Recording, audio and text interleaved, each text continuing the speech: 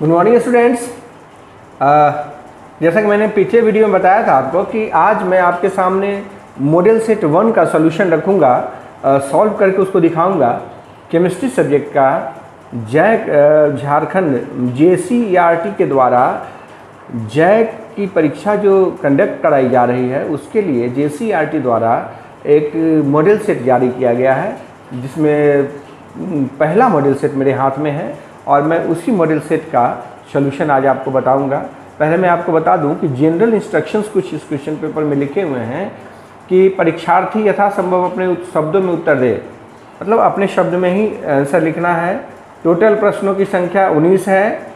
1 से 7 तक जो क्वेश्चन है वो वस्तुनिष्ठ है, जिसमें से 5 का जवाब लिखना है।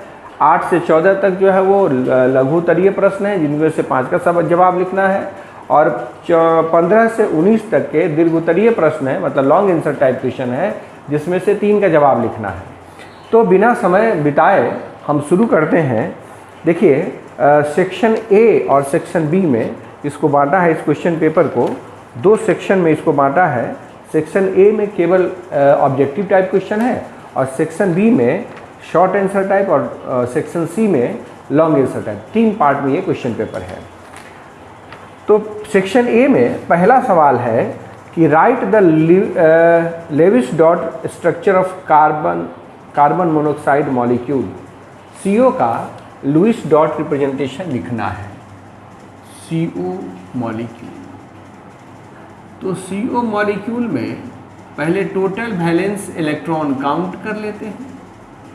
टोटल वैलेंस इलेक्ट्रॉन काउंट कर लीजिए, तो कार्बन का वैलेंस इलेक्ट्रॉन हो गया 4 और प्लस ऑक्सीजन का 6, तो 10 वैलेंस इलेक्ट्रॉन है। अब एक पॉसिबल अरेंजमेंट लिख देना CO, दोनों के बीच में एक इलेक्ट्रॉन पेयर दे देना है। बच गया इसके पास, टोटल हमारे पास बच गया अब 8 में से इसको चाहिए 6 और इसको चाहिए 6, इसको भी चाहिए 6, इसको भी चाहिए 6, 12 और हमारे पास है 8। इसका मतलब एक और इलेक्ट्रॉन पेयर डालना होगा। अब देखिए, इसको चाहिए 4, इसको भी चाहिए 4, 8 और हमारे पास है 6। इसका मतलब एक और पेयर इसमें डालना होगा और तब अब हमारे पास बच गया है 4, इसको चाहिए 2 और इसको भी चाहिए 2 और इस तरह से लुईस डॉट रिप्रेजेंटेशन हमने CO का लिख दिया। ये लुईस डॉट रिप्रेजेंटेशन है। क्वेश्चन नंबर 2 में कहता है, ये 1 था, क्वेश्चन नंबर 2 में कह रहा है कि the value of enthalpy change for the exothermic reaction is always. तो कोई भी रिएक्शन हो रहा है, सपोज करिए कि A प्लस B से ये बना रहा है प्रोडक्ट और यह एक्सोथर्मिक है, तो हीट बाहर निकला। तो जब हीट बाहर निकलेगा, रिएक्शन, ये थर्मोडायनामिक्स का कन्वेंशन है कि अगर किसी भी प्रोसेस में सिस्टम की एनर्जी घटेगी तो नेगेटिव साइन देंगे, सिस्टम की एनर्जी बढ़ेगी तो पॉजिटिव साइन देंगे। और यहाँ केमिकल रिएक्शन के केस में हम लोग रिएक्टेंट को सिस्टम मानते हैं और प्रोडक्ट को सराउंडिंग मानते हैं। तो जो एनर्जी निकली, हीट निकला, वो सिस्टम से निकली, सिस्टम से हीट निकला, इसलिए यहाँ साइन निगेटिव होता है। तो इसके लिए इंथैल्पी चेंज का जो वैल्यू होता है वो हमेशा निगेटिव होता है। तो दूसरे का जवाब होगा कि निगेटिव हुआ। क्वेश्चन नंबर 3 में right the general electronic configuration of group 13 element. तो ग्रुप 13 एलिमेंट्स का जनरल इलेक्ट्रॉनिक कॉन्फ़िगरेशन। तो देखिए, ग्रुप 13 में NS2 NP1 ये जनरल कॉन्फ़िगरेशन हुआ, जिसमें N का वैल्यू 1 से बड़ा होगा, N जो होगा वो 2, 3, 4, 5 ऐसे होगा। ये ग्रुप 13 का एक कॉमन इलेक्ट्रॉनिक कॉन्फ़िगरेशन होगा। अगर NP का वैल्यू 1 हो गया तो एल्युमिनियम हो जाएगा, 2s2 2p1, सॉरी बोरॉन हो जाएगा। उसके बाद 3s2 3p1 होगा तो एल्युमिनियम हो जाएगा। तो ग्रुप 13 का यह एक जनरल इलेक्ट्रॉनिक कॉन्फ़िगरेशन हुआ। क्वेश्चन 4 में कहता है कि कैलकुलेट द pH क्वेश्चन 4 में कहता है कि जो HCl दिया हुआ है उसकी मोलरिटी 0.1 मोलर है, जिसको हम 10⁻⁻1 मोलर लिख सकते हैं, और pH बराबर होता है -log concentration of H+ ion. और यहाँ देखिए HCl जो है वो जब आयोनाइज होगा, कंप्लीटली आयोनाइज हो जाएगा, क्योंकि एक स्ट्रॉन्ग एसिड है, तो 0.1 मोलर अगर यह है तो यह भी 0.1 मोलर ही बनाएगा। तो H+ का कंसंट्रेशन भी 10⁻⁻1 मोलर हुआ।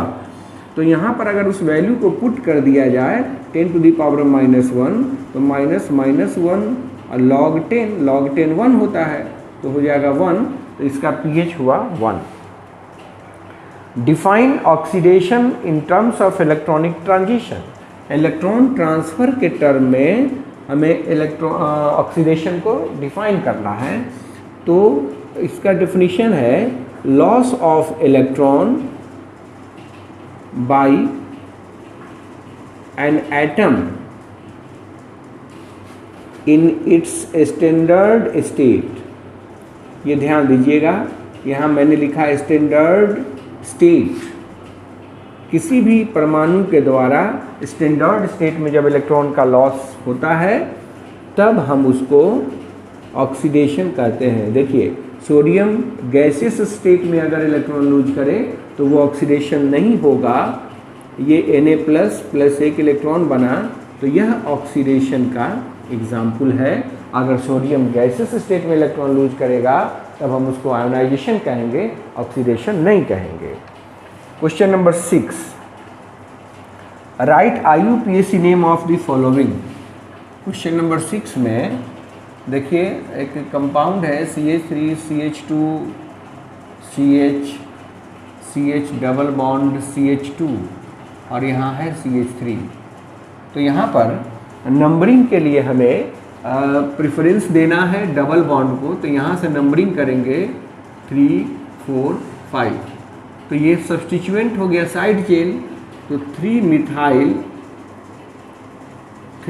मिथाइल 5 कार्बन है तो पेंट, और पहला कार्बन पर डबल बॉन्ड है इसलिए pent 1 yne, 3 methyl pent 1 yne. Right the structure of cis isomer of but 2 yne. देखिए सिस आइसोमर है ब्यूट 2 इन का, तो सिस का मतलब होता है कि आइडेंटिकल ग्रुप्स सेम साइड में होंगे। तो ब्यूट 2 इन लिखने के लिए हमें ये इस्तेमाल करना है, यही तो डबल बॉन्ड है। यहाँ अगर CH3 लगाते हैं तो यहाँ भी CH3 लगा देंगे तो ये सिस आइसोमर हो जाएगा, और ये क्वेश्चन नंबर 7 का जवाब हुआ। तो मैंने 7 का जवाब बता दिया है, लेकिन इसमें से 5 ही लिखने हैं। देखिए कितना आसान था। अब आते हैं ग्रुप सेक्शन बी में। सेक्शन बी में क्वेश्चन नंबर 8। क्वेश्चन नंबर 8 कहता है derive the relationship between delta H and delta U। Delta H and delta U मैं आपको समझा देना चाहता हूँ कि ये जो डेल्टा H है वो चेंज इन इंथैल्पी है, थर्मोडायनामिक्स में चेंज इन इंथैल्पी, और डेल्टा U जो है वो है change in internal energy, change in internal energy. पहले इसको समझना होगा। इंटरनल एनर्जी कहते हैं the total energy different types of energy that contained in a system is known as internal energy. किसी सिस्टम के पास कितने तरह की एनर्जी हो सकती है, vibrational energy, rotational energy, translational energy, potential energy, kinetic energy, सभी एनर्जी को अगर सम कर दिया जाए तो वो कहलाएगा उसका इंटरनल एनर्जी। और ये जो इंथैल्पी है ये टोटल हीट कंटेंट कहलाता है। तो सपोज कीजिए कि कोई सिस्टम ओपन है, ओपन सिस्टम है, तो उस सिस्टम को प्रेशर के अगेंस्ट में कुछ काम भी करना पड़ रहा है, तो उस केस में ये जो इंथैल्पी टर्म है इसको कहते हैं total heat content, total heat content. उस केस में हम क्या कह सकते हैं कि जो इंथैल्पी होगा वो टोटल एनर्जी प्लस वह जो ओपन सिस्टम कुछ काम कर रहा है, प्रेशर वॉल्यूम वर्क। आपने थर्मोडायनामिक्स में पढ़ा होगा कि जो भी वर्क करता है सिस्टम वो प्रेशर के अगेंस्ट में करता है, प्रेशर वॉल्यूम वर्क जिसको कहते हैं पीवी। तो अब जो इंथैल्पी हुआ वो ई प्लस पीवी हो गया। और अगर हम delta H change in enthalpy निकालें तो delta E plus P delta we plus we delta P, यही रिलेशनशिप हो गया डेल्टा एच और डेल्टा ई में। ये एक रिलेशनशिप बड़ा ही इंपॉर्टेंट इक्वेशन है, ये बहुत ही यूजफुल इक्वेशन है। Which out of NH3 and NF3 has higher dipole moment and why. तो क्वेश्चन नंबर 9 में कहता है कि NH3 और NF3, तो देखिए NH3 का स्ट्रक्चर हम ड्रॉ कर रहे हैं। NH3 ये पिरामिडल शेप का होता है और NF3 भी पिरामिडल शेप का ही होगा। NF3 भी पिरामिडल शेप का ही होगा। हाइब्रिडाइजेशन दोनों में sp3 है नाइट्रोजन का। तो बता दूं पहले आपको कि डाइपोल मोमेंट जो है वह एक वेक्टर क्वांटिटी है जो प्रोडक्ट होता है charge and the distance between two charges. दो चार्ज मतलब जितना चार्ज का सेपरेशन हुआ है Q इंटू डी। और डाइपोल मोमेंट का डायरेक्शन जो होता है वो लेस इलेक्ट्रोनेगेटिव एलिमेंट से मोर इलेक्ट्रोनेगेटिव एलिमेंट की तरफ होता है। तो यहाँ देखिए इस नाइट्रोजन का इलेक्ट्रोनेगेटिविटी ज़्यादा हाइड्रोजन से, तो इस बॉन्ड का डाइपोल इधर काम करेगा, इस बॉन्ड का डाइपोल इधर काम करेगा और इस बॉन्ड का डाइपोल इधर काम करेगा। इन तीनों का रिजल्टेंट जो होगा वो ऐसे ऊपर की तरफ काम करेगा और इसका जो डाइपोल है लोन पेयर का वो ऊपर की तरफ काम करेगा। तो दोनों का जो रिजल्टेंट सेम डायरेक्शन में है, वेक्टर क्वांटिटी है, तो ये हुआ NH3 का डाइपोल मोमेंट, बहुत बड़ा हो गया। लेकिन NF3 में नाइट्रोजन और फ्लोरीन के बीच में इलेक्ट्रोनेगेटिविटी का डिफरेंस है, फ्लोरीन ज़्यादा इलेक्ट्रोनेगेटिव है, तो इस बॉन्ड का डाइपोल इधर काम करेगा, इस बॉन्ड का डाइपोल इधर काम करेगा और इस बॉन्ड का डाइपोल इधर काम करेगा।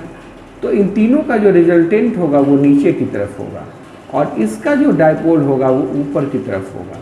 तो रिजल्टेंट जो होगा वो छोटा सा नीचे की तरफ हुआ। तो देख लीजिए इसमें और इसमें कंपैरिजन करके कि छोटा कौन है। तो यहाँ पर NF3 का डाइपोल मोमेंट कम होगा NH3 के मुकाबले। इसी को थोड़ा सा मिर्च मसाला लगाकर सजा संवार के लिख देना है और नंबर पा लेना है, 3 नंबर। बड़ा आसान है ये। क्वेश्चन नंबर 9 का मैंने बता दिया। क्वेश्चन नंबर 10 में कहता है define acid and base according to Arrhenius concept. Acid and base question number 10 में आइए। आर्हेनियस ने कहा था कि एसिड वैसा कंपाउंड है जो H+ डोनेट करता है, H+ donors in aqueous medium. जो वाटर में H+ डोनेट करे वो एसिड। जैसे अगर HCl की बात करें और इसको हम पानी में डालेंगे तो यह H+ एक्वस देगा और प्लस Cl- एक्वस देगा। तो यह जो हुआ वो आर्हेनियस एसिड हुआ। ठीक वैसे ही बेस, आर्हेनियस बेस जो है कहता है कि जो OH- देता हो, OH- donors in aqueous medium. जो एक्वस मीडियम में OH- दे वो कहलाएगा बेस। जैसे सोडियम हाइड्रोक्साइड, अगर हम इसको एक्वस मीडियम में रखेंगे तो ये टूट जाएगा Na+ एक्वस और प्लस OH- एक्वस और इसने OH- दिया, इसलिए यह एक आर्हेनियस बेस हुआ। तो नट सेल में ऐसे कह सकते हैं कि जो एक्वस मीडियम में जो वाटर में H+ देता है वो एसिड है आर्हेनियस के मुताबिक, और जो OH- देता है वो बेस है आर्हेनियस के मुताबिक। Question number 11। क्वेश्चन नंबर 11 में रीजनिंग टाइप क्वेश्चन है P ब्लॉक का कि PbX2 और PbX4 क्वेश्चन पेपर आपके पास भी होगा। इन दोनों में कहता है एसिडिक ज़्यादा कौन है। PbX2 is more acidic then PbX4। तो ये लगता है मुझे कि ये उल्टा हो गया है। कहा जाता है कि यहाँ पर +4 ऑक्सीडेशन स्टेट, यहाँ पर +2 ऑक्सीडेशन स्टेट, ये ज़्यादा एसिडिक होना चाहिए। एक बार इसको क्लैरिफाई कर लेना है। ये मोड एसिडिक होगा। कहते हैं कि अगर कैटायन पर चार्ज ज़्यादा है तो उसको इलेक्ट्रॉन लेने की टेंडेंसी ज़्यादा होगी, एसिडिटी ज़्यादा होगी। तो कैटायन का चार्ज इस पर ज़्यादा है, इसलिए इसका एसिडिटी ज़्यादा होना चाहिए। एक बार क्लैरिफाई हो लीजिएगा, क्वेश्चन शायद गलत है कि PbX4 जो है वो ज़्यादा एसिडिक होना चाहिए। Carbon shows catenation property but lead does not, ये ए का है, ए का था। ये 11 के बी में कि कार्बन कैटेनेशन शो करता है और लीड कैटेनेशन शो नहीं करता है। ये शो करता है और ये शो नहीं करता है। तो उसका कारण है कि कार्बन कार्बन बॉन्ड जो होता है वो बहुत ही स्ट्रॉन्गर होता है due to a smaller size of carbon. Carbon का साइज कार्बन का छोटा है तो कार्बन कार्बन बॉन्ड छोटा होगा और छोटा बॉन्ड स्ट्रॉन्गर होता है, इसलिए कैटेनेशन शो करता है। लेकिन लीड का साइज बड़ा है तो लीड और लीड के बीच का जो बॉन्ड होगा वो लंबा होगा और लंबा बॉन्ड जो होता है वो वीकर होता है, इसलिए वो कैटेनेशन शो नहीं कर सकता है। अब इसी में बता देता हूँ सी का भी जवाब। Graphite is used as lubricant. तो बता दूँ आपको कि ग्रेफाइट जो होता है उसमें कार्बन का हाइब्रिडाइजेशन होता है sp2, जिसके कारण उसका स्ट्रक्चर हेक्सागोनल लेयर लैटिस हो जाता है, हेक्सागोनल लेयर लैटिस। और यह प्लेनर स्ट्रक्चर है जिसमें बहुत सारे हेक्सागोनल लेयर्स एक दूसरे के ऊपर फिसलते रहते हैं और फिसलने के कारण इनका इस्तेमाल लुब्रिकेंट के रूप में होता है। तो फिर से एक बार कह देता हूँ कि in graphite hybridization of carbon is sp2 due to which it has the hexagonal layer lattice structure in which many layers are slipping over each other and hence they are used as the lubricant। तो सीधा सा इसका जवाब हो गया कि उसमें hexagonal layer lattice का रोल है इसके लुब्रिकेंट होने में, तो वह लुब्रिकेंट की तरह इस्तेमाल किए जाते हैं। बहुत सारे ऐसे इंजन हैं जो बहुत ही लो टेम्परेचर पे काम करते हैं, क्रायोजेनिक इंजन्स, जिसमें आप मोबिल का इस्तेमाल नहीं कर सकते हैं लुब्रिकेंट के रूप में, तो वहाँ ग्रेफाइट का यूज़ किया जाता है लुब्रिकेटिंग मटेरियल के रूप में। Assign oxidation number two the following underlined element के क्वेश्चन नंबर 12 में ऑक्सीडेशन नंबर निकालना है। आप सभी को आता है KMnO4, इसमें Mn का x मान लिया तो -8 में +1 तो 7, तो इसका +7 हो जाएगा। ये A का था। वैसे ही B में निकालिए H2S2O7, तो 7 दूना 14, 14 दूना 12, इसका +6 निकाल दिया। C में है H2O2, ये हाइड्रोजन पेरोक्साइड है जिसमें ऑक्सीजन का कार्य है तो -1 होता है। तो ये ऑक्सीडेशन नंबर निकालने का तो आता भी है आपको निकालने। What are the necessary conditions for the compound to be aromatic? Question number 13 में है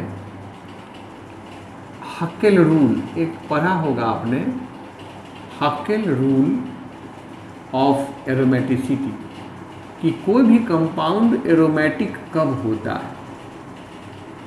तो उसके लिए कंडीशन बताता है हक्केल रूल में, कहता है कि सभी कार्बन का हाइब्रिडाइजेशन, पहला कंडीशन है कि hybridisation of all carbon, hybridisation of all carbon atoms, ये होना चाहिए sp2। इसका मतलब स्ट्रक्चर उसका प्लेनर होना चाहिए, स्ट्रक्चर शुड बी प्लेनर, इसका स्ट्रक्चर प्लेनर होना चाहिए। और दूसरा total pi electrons, total pi electrons की संख्या होनी चाहिए 4n+2, 4n+2 रूल के नाम से भी इसको जाना जाता है, जिसमें n का वैल्यू 0 भी हो सकता है, 1, 2, 3, 4 एंड सो ऑन। जैसे बेंजीन एक एरोमेटिक कंपाउंड है तो इसमें सारे कार्बन का हाइब्रिडाइजेशन तो हो गया sp2 और पाई इलेक्ट्रॉन की संख्या हो गई 2, 2, 4, 2, 6 जो कि n = 1 के लिए सेटिस्फाई करता है, इसलिए यह एक एरोमेटिक कंपाउंड है। तो इन्हीं बातों को लिख देना है और बता देना है कि कौन एरोमेटिक है, एरोमेटिसिटी का कंडीशन क्या है। अब सवाल है कि hybridisation, define the hybridisation, write the hybridisation state of carbon in ethane. तो देखिए हाइब्रिडाइजेशन को डिफाइन करना बड़ा आसान है, लिख देना है कि mixing of atomic orbitals having nearly same energy to produce equivalent new orbitals known as hybrid orbitals is known as hybridisation. Hybridisation में बहुत सारे प्योर एटॉमिक ऑर्बिटल्स की मिक्सिंग हो जानी है जिनकी एनर्जी लगभग बराबर होती है, ताकि नए ऑर्बिटल्स प्रोड्यूस हो, और उन नए ऑर्बिटल्स को हम लोग हाइब्रिड ऑर्बिटल्स के नाम से जानते हैं और इस प्रोसेस को कहते हैं हाइब्रिडाइजेशन। और कहा कि इथेन में आप हाइब्रिडाइजेशन बताइए, क्वेश्चन नंबर 14 में है कि इथेन, तो इथेन का स्ट्रक्चर ड्रॉ कर लीजिए और आपको हाइब्रिडाइजेशन निकालने आता ही है कि जितना सिग्मा बॉन्ड होगा वो सब हाइब्रिडाइजेशन में भाग लेगा, 1, 2, 3, 4। तो इसका भी हाइब्रिडेशन हो गया sp3 और इसका भी हाइब्रिडेशन हो गया sp3। तो इथेन में कार्बन का हाइब्रिडेशन sp3 होता है। क्वेश्चन नंबर 15 जो है वो सेक्शन सी शुरू हो जाता है। यहाँ अब ये सारे क्वेश्चन 5 नंबर का है। कहता है how would you convert the following compounds into benzene. Benzene में कैसे कन्वर्ट करेंगे। तो क्वेश्चन नंबर 15 में सेक्शन सी में कि इथाइन से बेंजीन बनाना है, CH ट्रिपल बॉन्ड CH, इससे हमको बनाना है बेंजीन। तो ये NCERT में जब आप देखेंगे तो ये बड़ा ही दिया हुआ है मेन पेज पे ही, कैसे कन्वर्ट करते हैं। यहाँ H डाला, यहाँ H, यही है बेंजीन। तो एसिटिलीन से बेंजीन कैसे बनाएंगे, तो कुछ नहीं, इसके 3 मॉलिक्यूल लेने होते हैं और रेड हॉट कॉपर ट्यूब से रेड हॉट आयरन ट्यूब से इसको जब पास कराया जाता है तो एसिटिलीन कन्वर्ट हो जाता है बेंजीन में। दूसरा है हेक्सेन से। हेक्सेन से कैसे बनाएंगे, CH3, देखिए नॉर्मल हेक्सेन से, मतलब स्ट्रेट चेन है,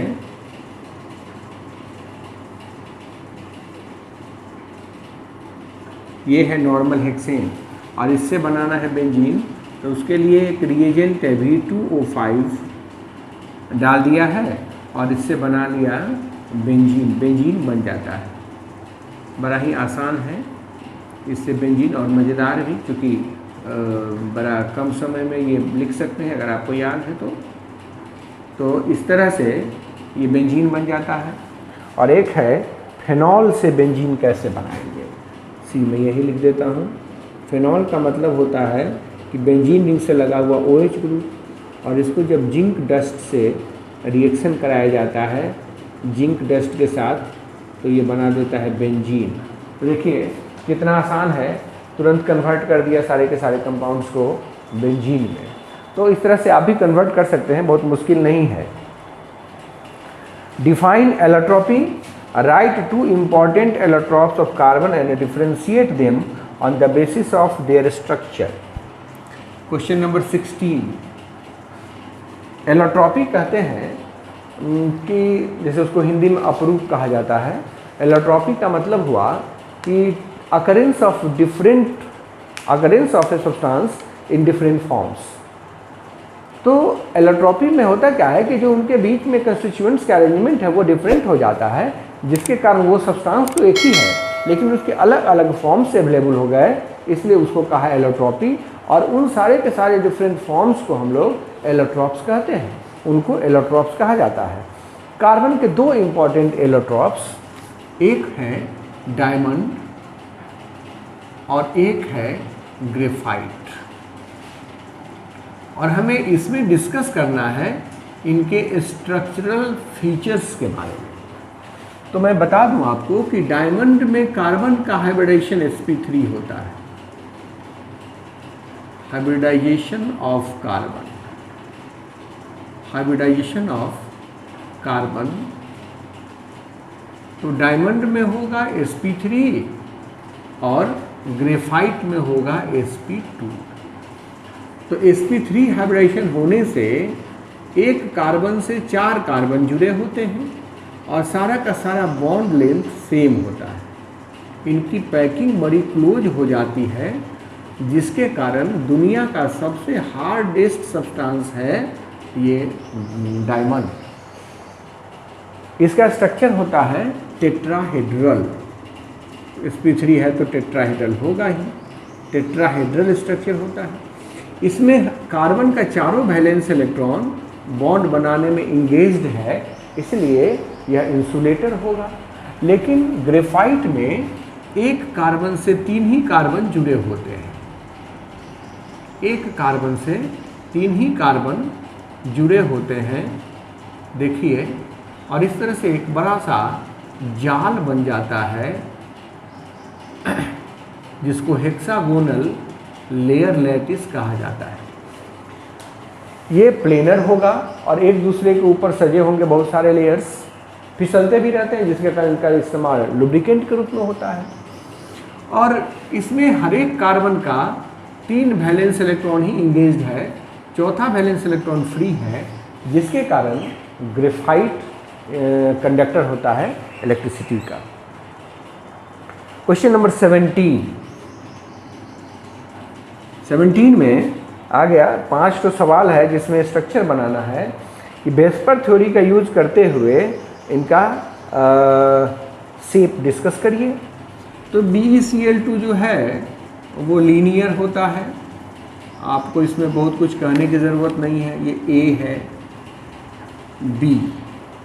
B में BeCl3, तो ये हाइब्रिडेशन में निकालोगे तो तुमको पता चल जाएगा। sp2 हाइब्रिडेशन है तो ये प्लेनर होगा, ट्राइगोनल प्लेनर। C SiCl4, तो SiCl4 में हाइब्रिडेशन है sp3, तो इसका टेट्राहेड्रल स्ट्रक्चर होगा। D H2S, SH दो लोन पेयर नहीं भी बनाएंगे तो चलेगा। SF6 में इसका ऑक्टाहेड्रल स्ट्रक्चर होगा, ये ऑक्टाहेड्रल sp3d2 हाइब्रिडेशन है, और ये सब कहने की ज़रूरत नहीं, आप सभी लोग जानते हैं। स्ट्रक्चर ड्रॉ कर दिया और ये 5 नंबर पा लिए। 17 नंबर में फिर वही सवाल है, वहाँ 12th में भी 17 नंबर में यही सवाल था। क्वेश्चन नंबर 18 और 19 दो क्वेश्चन बच गए हैं, जिसको मैं डिस्कस कर देता हूँ। CP और CV में रिलेशनशिप इस्टेब्लिश करना है।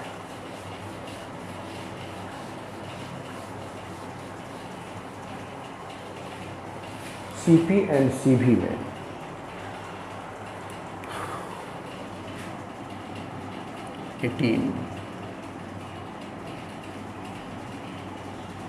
Relationship between CP and CV। तो बता दूं आपको कि ये जो है हीट कैपेसिटी है एट कांस्टेंट प्रेशर और heat capacity at constant volume. Heat capacity का डेफिनेशन है कि the amount of heat required to raise the temperature of 1 mole of substance by 1 degree is known as heat capacity. तो ये दो बातें हो गई, एक कांस्टेंट प्रेशर पे, एक कांस्टेंट वॉल्यूम पे। और आपको यह भी बता दूं कि CP बराबर होता है delta H by delta T। जब आप इसको और भी पढ़े होंगे, याद होगा कि molar heat capacity at constant pressure is actually the rate of change in enthalpy with respect to temperature, and CV जो होता है वो होता है delta U internal energy by delta T। We have H is equal to U plus PV। तो हम इसको ऐसे लिख सकते हैं, H is equal to U plus PV is equal to RT। हम लोग जानते हैं गैस इक्वेशन में PV बराबर RT 1 मोल के लिए। अब अगर हम चेंज इन इंथैल्पी निकालें डेल्टा एच तो हो जाएगा डेल्टा यू और प्लस आर, कांस्टेंट है बदलेगा नहीं, आर डेल्टा टी। अब सभी टर्म को डेल्टा टी से डिवाइड कर दीजिए, dividing all terms by delta T से डिवाइड कर दीजिए। तो ये delta H by delta T बराबर हो जाएगा delta U by delta T plus R delta T by delta T से डेल्टा टी कट गया। और देखिए यहाँ पर ये हो जाएगा सी पी बराबर सी भी प्लस आर। तो यहाँ से निकाल लिया सी पी माइनस सी भी इज इक्वल टू आर, और एक बड़ा ही इम्पॉर्टेंट रिलेशनशिप हमें मिल जाता है। राइट ली चेटेलियर्स प्रिंसिपल, क्वेश्चन नंबर 19 में ली चेटेलियर्स प्रिंसिपल, और कहता है कि ली चेटेलियर्स प्रिंसिपल लिख दीजिए, explain the effect of concentration change on the equilibrium state. तो ली चेटेलियर्स प्रिंसिपल, सपोज कीजिए कि कोई रिवर्सिबल रिएक्शन है ए प्लस बी और ये सी प्लस डी दे रहा है। तो यह प्रिंसिपल कहता है कि when any stress is applied to the chemical reaction और equilibrium, then equilibrium will shift towards the direction where the stress is minimum. एक बार फिर से मैं बता देता हूँ, ये आम जीवन में होने वाली बात भी है कि अगर आपके पीठ पर 1 क्विंटल का हमने अनाज का बोरा रख दिया तो आप अपने पीठ को थोड़ा सा एडजस्ट करेंगे ताकि आप उसको सेट कर ले कि आपको सहूलियत महसूस हो। ठीक वैसे ही अगर किसी भी रिएक्शन पर, किसी भी इक्विलिब्रियम एस्टेब्लिश हो चुके रिएक्शन पर आप किसी तरीके का स्ट्रेस अप्लाई करेंगे तो इक्विलिब्रियम उधर शिफ्ट करेगा जिधर स्ट्रेस मिनिमम होता है। और हम स्ट्रेस कैसे अप्लाई करेंगे? स्ट्रेस अप्लाई करने का हमारे पास मेथड है कंसंट्रेशन बदल के, प्रेशर बदल के, टेम्परेचर बदल के। तो ये कहता है अगर कहीं इक्विलिब्रियम स्टेब्लिश हो चुका है, रिएक्टेंट का कंसंट्रेशन बढ़ाइएगा तो स्ट्रेस किधर कम होगा? प्रोडक्ट के तरफ, और इस तरह से इक्विलिब्रियम शिफ्ट होगा प्रोडक्ट के तरफ। और अगर प्रोडक्ट का कंसंट्रेशन बढ़ा दिया तो इक्विलिब्रियम शिफ्ट होगा रिएक्टेंट की तरफ। इन्हीं बातों को थोड़ा सा सजा संवार के लिख देना है। और ये है क्वेश्चन नंबर 19। लेकिन मैंने सारे सवालों का जवाब आपको बताया है, इतने सवालों का जवाब करना ही नहीं है हमें तो मात्र 13 सवालों का जवाब करना है, उसमें कम समय लगेगा। और देखिए 30 मिनट के आसपास, 33 मिनट के आसपास लगा है पूरे के पूरे 19 क्वेश्चन को डिस्कस करने में। तो आपको तो अगर लिखते हैं तो आधे घंटा बहुत हुआ 13 क्वेश्चन का जवाब लिखने के लिए, लेकिन आपको दिए जाते हैं 1.5 घंटे। खैर, अब ये मॉडल सेट 1 है, ये तो कंप्लीट हुआ। अगर इसमें कहीं कोई डाउट हो तो आप कमेंट बॉक्स में ज़रूर लिखें, और कुछ सजेशन हो तो भी ज़रूर लिखें। एक रिक्वेस्ट करूँगा कि अगर अभी तक आप मेरे सब्सक्राइबर नहीं हैं तो जल्दी से सब्सक्राइब कर लें, बेल आइकन को प्रेस कर लें, ताकि नोटिफिकेशंस जो वीडियो के होते हैं वो आप तक पहले पहुंच जाए। और फिर से अगले वीडियो में, नेक्स्ट वीडियो में आपसे मुलाकात होगी। वहाँ मैं दूसरे मॉडल सेट के साथ आपके सामने रहूँगा और दूसरे मॉडल सेट को सॉल्व किया जाएगा, उसमें क्या क्या पॉसिबिलिटीज़ है। फिर उसके अगले वीडियो में तीसरे मॉडल सेट को, 3 मॉडल सेट जारी किए गए JCERT के द्वारा, तीनों का सलूशन आपको बताया जाएगा। धन्यवाद। और इतने समय के लिए, जितना जो आपने समय दिया पेशेंस के साथ, इसके लिए आप वाकई धन्यवाद के पात्र हैं। फिर से मुलाकात होगी। नमस्कार।